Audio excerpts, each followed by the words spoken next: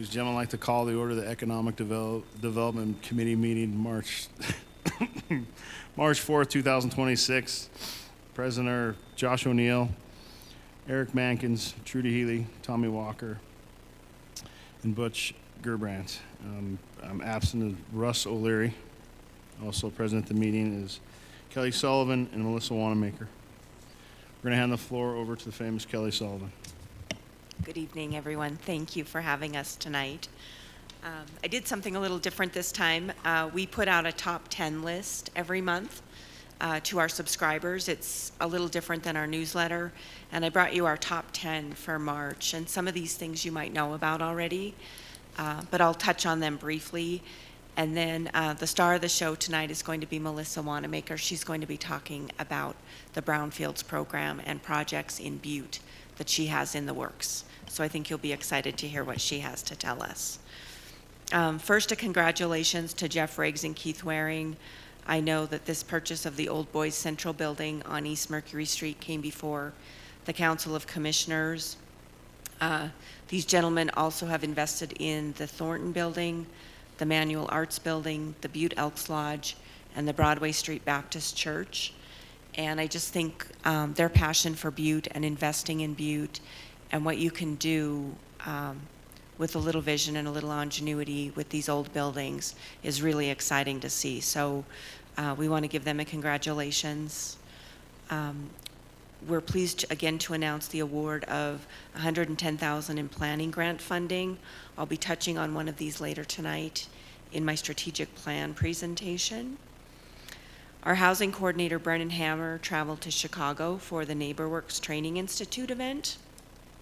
So that training focused on credit management, and Brennan is educated in bringing credit management assistance and will be able to help homeowners and entrepreneurs from throughout Southwest Montana.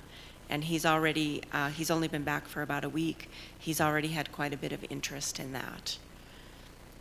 Along with two regional partners, and Melissa will talk about this some as well, this is in her wheelhouse, we submitted a $1.5 million Brownfields Assessment Coalition grant application to accelerate redevelopment in Butte. And then moving on, spurred by client suggestions, our Small Business Development Center is now making our workshops available to people who want to join online. And I think you all know we do QuickBooks training, we do HR training, marketing and social media training. We've done some cybersecurity training, and I'm drawing a blank on the other one that's on tap right now. But we've got quite a bit of trainings going on. We've just had several. We'll be doing more in the spring, and then we do them again in the fall. I think most of you know that Governor Gianforte's Energy Task Force, in conjunction with the Montana Department of Environmental Quality, hosted an open house at Montana Tech a week or so ago with a focus on data centers. There were folks there from Department of Commerce, Department of Revenue, Butte-Silver Bow, Butte Local Development, Northwestern Energy, and very importantly, Saby Corporation, to answer questions from interested citizens. Butte's newly opened Planet Fitness had a ribbon cutting recently. The big news that came out of the ribbon cutting, and if you haven't been to that facility, it's fantastic. It's a really, really nice addition to Butte. But the developer, Dave Leone, announced at that event that his franchise group is planning now to locate their company headquarters in Butte and will be bringing 8 good-paying jobs to our community. So he was so impressed by the warm welcome he received with the development at Cornerstone Plaza and Planet Fitness that he wanted to make another investment in our community. And then our client Gloss, the Green Beauty Counter, which is located on Park Street in Uptown, is the recipient of a USDA Rural Business Development Grant, and that will assist them with social media marketing efforts to promote their business. So we have access to grants that kind of run the gamut for all kinds of different things. Planning, harder to come by construction grants, but planning, marketing, technical assistance, legal work, we can assist with a lot of those things. And then tomorrow I'll be spending the day with Brigitte Miranda Freer. She is from the Montana World Trade Center, And the World Trade Center, along with Butte Local Development and Butte-Silver Community Development, will be hosting World Trade and Investment Day for the state here in Butte on the Montana Tech campus on May 12th. One of our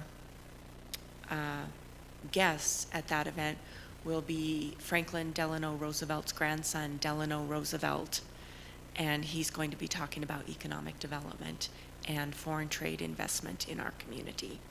So that's kind of an exciting bit of news. And I see that I don't have 10 things on here. I have 9, so I must have done a bad job copying and pasting. I apologize. I missed one. But if no one has any questions, or does anyone have any questions? Tell me. Commissioner Walker. That was a little disappointing that it was scheduled the same time as the meeting. It was a little So we before. were Yeah, not it was a able little to before. It was at attend. 5:30. Yeah, well, Yeah. by the time you drive there to here, you don't have much time. Yeah. That And was I don't poor think, planning. yeah, and that was Montana DEQ who planned that, so I don't think they realized that we had a council meeting. That's who put that together. Well, they did a poor job in planning it. Okay, I'll pass that Yeah, along. you know, we would like to have attended. Especially since the data center's kind of, a big issue right now. It is. I agree with that, yeah. That's all. Thank you, Commissioner Walker. Does anybody else have any questions? Any questions for Kelly?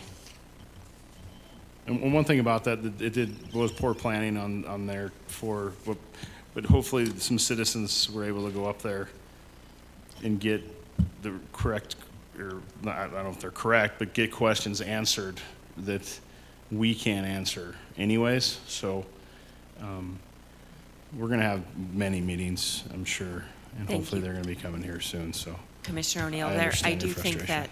I do think that people got a lot of questions answered that evening. The SABI group was very busy throughout the evening answering questions, and all of the tables really had very good visitation. And I'd say there were over 100 attendees, so it was a good turnout, and hopefully people did get some information that they needed. definitely. Yeah, thank you. Not that on the subject is hopefully maybe Sabi will come here to our party one Wednesday evening. That'd be kind of neat. So Yes. anyways. Yes. On the positive note, do anybody else have any questions for Kelly? No? Alyssa Wanamaker, everybody. Let's give her a round of applause. Come on. Well, I'm here tonight. I'm the Brownfields manager for Headwaters RC&D, and I wanted to just give you guys an update of what's available, what's coming, what we're doing with the impact it's making on our community, and other resources we're trying to leverage. So Brownfields is, a couple years ago, I think 2022, we got an EPA Brownfields grant for $1 million, and it was a cleanup grant. And I came on in January 2 years ago, January 2024, and hit the ground running. And there was some benefit of coming in a little bit late because I could kind of see across the state where the trends were, where the barriers were. And so we got to learn from other people's mistakes. And when we set it up, a brownfield is property that is vacant or underutilized because of contamination or just fear of contamination. Explain contamination from. Okay, so it could be an old gas station, that could be a coffee shop, but it's been empty on a street corner for 20 years and everyone's afraid to buy it or touch it or go near it because what if there's been a release? So we can help with that. In our Uptown Butte, it's asbestos, lead-based paint, it's mercury in the light bulbs, it's PVCs. So, all of these things, what Brownfields can do between the assessments and the cleanup funding, the assessments can tell you what's there and how much it costs to get rid of it. And we do the assessments I'm getting sideways, so let me finish talking. So if you have a blighted, underutilized property with fear of contamination and an inspiring redevelopment plan, so there's got to be someone that wants it and someone that knows what they want to do with it, because we have no shortage of underutilized properties. There's not enough money in the world. We need to be strategic with it. But if you have somebody that says, we want to put some low-income housing, senior housing, veteran housing, workforce housing, we want to build a coffee shop in that old gas station, we want a boutique hotel, and a new brewery, and so all of these things are cool plans. So the things they look at as jobs is really big, housing, and then it could also be green space. So somewhere that's junky and full of, old metal and kind of yucky, and we want to make it a park. That's something that can happen. That's a little tougher in Butte because Brownfields is not allowed to touch Superfund. So we tread a little bit of a different line, but green space is legit for the right project. With our grants, if it's a nonprofit or a government agency, 50% of it has to be used in loans. And then we have a tiny, roughly a quarter of it can be granted to nonprofits or government agencies. And then the rest pays for our QEP, our environmental engineering oversight of the project, and then salary, office space, stuff like that. The one thing that we did to protect our clients that we learned from everyone else is Brownfield's money wasn't really moving because they wrapped the oversight cost into the loan. And that can be $30,000 or $40,000. And that's, most citizens can't get a loan or don't want to take out a loan for an undisclosed amount. You want to know, you want to have some certainty. And so I asked permission to take that out. And so we pay that through our contractual, just to help so real people can redevelop. You don't have to have deep corporate pockets necessarily to start a new business here, to save one of our buildings. And then we try to be super flexible on everything else. I don't want to make this in a sales pitch, but that's gotten things started and gotten things moving. We've also been talking to some developers, because what we're seeing with some of these historic buildings especially is projects are one and done. You do it and you never do it again. Oh my God. There's so many risks. There's so many things that can go wrong. Or a developer in Deer Lodge, his project, incredibly popular, housing and condos, and the minute they were ready, they sold that minute. They had people lined up around the block, and it'll take 30 years to break even. So what can we do? How can we make this happen before our buildings rot? Other buildings that, like our Deer Lodge Hotel, was in for a cleanup grant in 2017. It would have only cost $400,000 to completely abate all the contamination in the building. Now, they just fell barely short, but now the roof's caved in, and the weather's gotten in. It's melted all the asbestos off the pipe. It's assumed to be in all the debris in all the building. It's going to be $4 million just to abate the asbestos, and it might be too late to save the building. That's going to be paid whether or not the building has to be torn down. So that's a lesson for our whole region. We have old buildings, incredible old buildings, and time is of the essence. In addition, Karen Burns came to our dinner last year, and something she said just lit me up. She said, in a SWOT analysis, our historic buildings are number one in all four categories. They're our number one strength, our weakness, our opportunity, and our threat. And the way I'm kind of seeing it with the huge, the tech hub coming in, the $42 million of photonics, I think 68 new businesses opened up in Bozeman. They're all going to need support services. Housing prices are going through the roof. If you look at housing in Helena, in Bozeman, in Missoula, and what's happened in our rental prices just over the last 2 years, we're going to need all that capacity. We need safe housing. We'll walk around and look up downtown. We have so much capacity in our empty buildings.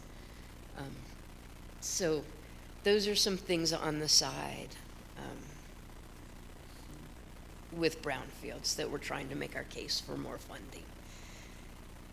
The projects we have right now, the Phoenix building, and you guys are going to be asked to vote tonight, I hope, on permission for custom construction to use the parking garage as staging, the fourth floor of the parking garage, to help this building go. And if you say yes, we get to start Monday. And on the cleanup, and we'll do all the pipes in the basement, take the asbestos of all the pipes in the basement, and that's going to allow them to build some new accessible bathrooms. And that's for the yoga studios, the pottery studio, the art co-op, and it also will make a safe passageway for the elevator corridor, so that, like, the pottery shop can teach kids. They're afraid to teach kids at night because if anyone needs to use the bathroom, they have to go upstairs, or it's just it's better. It's going to be better. So that was a priority. The most important thing they're going to start on is the third floor. That's going to become 15 units of low-income housing, and that's ready to go. That plan is ready to go. Then we'll clean up the contaminants on the fourth and fifth floor, and the fourth, fifth, and sixth will eventually become 75 units of overnight and short-term accommodations. And then we're going to be able, there was asbestos in the glazing of the windows, and we're going to be able to abate 292 windows and replace all of the external windows. We had planned originally to be able to replace all of the windows, including the light well in the middle, and the budget fell a little bit short, so we'll take the contaminants out, and the light well windows will be pushed into the construction phase of the project. But that it will seal up the envelope of the building and make everything else possible. So we're excited about Phoenix. We have our kickoff meeting Friday on the Basin Creek Caretaker's Cottage to clean up all the contaminants on the inside of the cottage and get someone in there so there's no more Ouija boards covered with asbestos, teen mischief and dangerous mischief. We don't want that. So I'm excited to get that kicked off. We've got a couple more projects that are still in negotiations on cleanup. Anaconda Pay Office is outside of assessment, and we're just waiting for the right time to maybe start that project. We've started the assessment of the Blaine School to become, it'll be a public-private partnership between Walkerville and possibly the Hungry Hill Art Center is going to be able to expand their range and not just do pottery, but expand to glass blowing and textiles and welding, and use their successful formula and do all kinds of art instruction.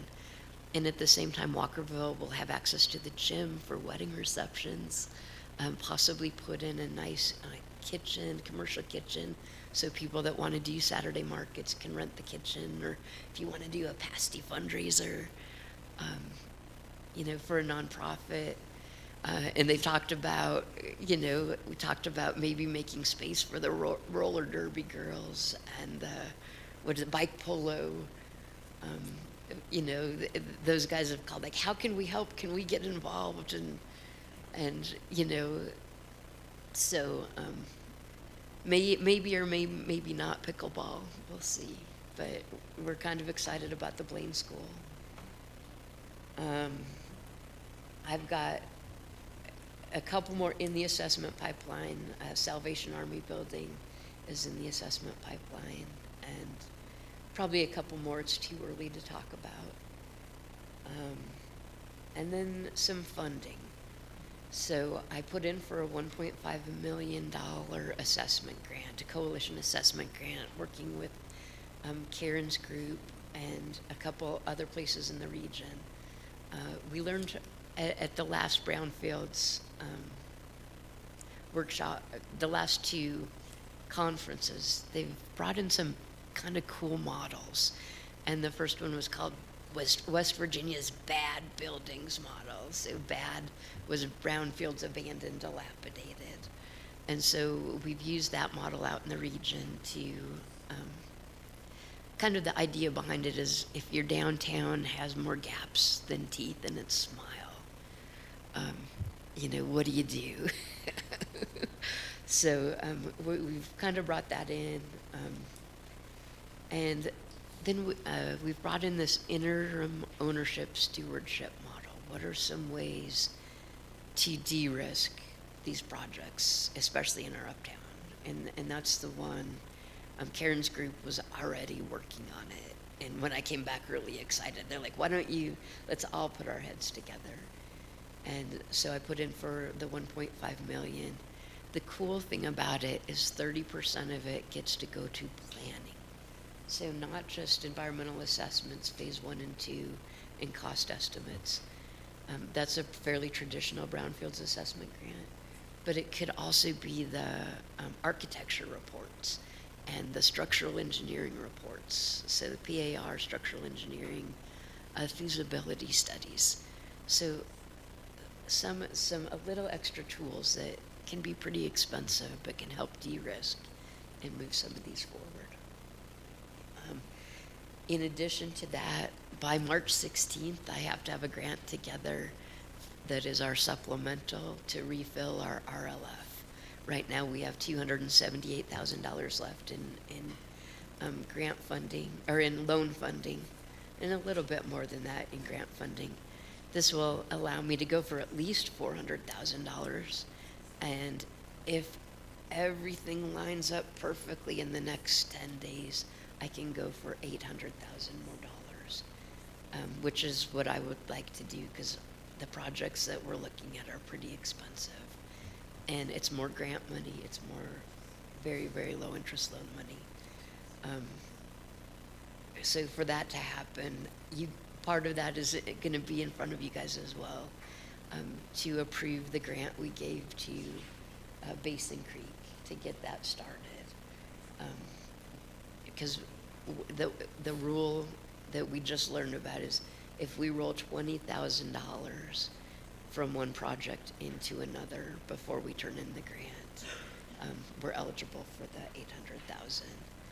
And so if Phoenix starts on Monday, and we've committed to roll $20,000 of funding that we know that's coming back into Basin Creek, it will give us more tools to help our community. And I've talked a lot. Do you have any questions? Melissa, thank you. A lot of great information. Keep it rolling. I couldn't repeat everything, all the stuff you got going on, so I only have to have a couple in my head, but it's great. Keep it going. Appreciate all your hard work. And any questions for Melissa? Butch. Yes, Chair O'Neill and Ms. Wanamaker, I was just curious about what were the abatements in the Basin Creek Caretaker's Cottage and the Blaine School? So in Basin Creek Caretaker's Cottage, we have vermiculite insulation, which has kind of gotten itself in a lot of places. And so it's going to allow us, we normally can't do biohazards, but to make it safe for the abatement contractors to be in there, we're gonna be able to clean up the pack rat waste and pigeon waste and make it a safe area, first for the abatement and then for the construction that follows. In the Blaine School, it's only going into assessment because it was built in 1959. That is the height of the use of asbestos.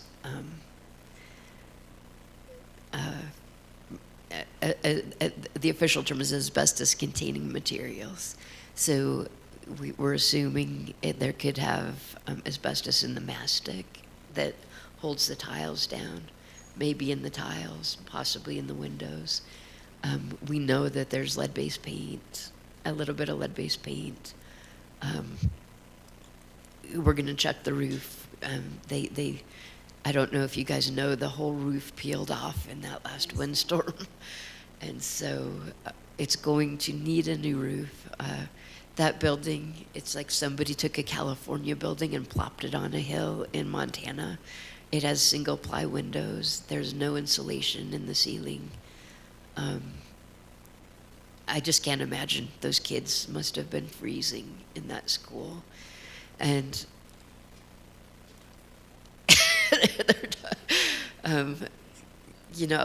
but the redevelopment's gonna have to change a lot of things, including they had an inverted roof, which in Montana in the winter is not something that you want. So having it peeled off, now they just have to decide what kind of roof is right next. But before they can do that, we have to get our contractors in there and know how to make it safe and what really needs to be done. But that we're expecting the typical historical building stuff. So. Thank you, Butch. Appreciate that. Anybody else have any questions? So we're coming to the top of the hour. Ladies, appreciate your time. Thank you always. Thanks for all your hard work. Keep them rolling. Can't wait to find a building and get a bunch of grants. So good job. Thanks, ladies. Take care. At this time, we're going to meeting adjourned. Or can I get a motion to adjourn?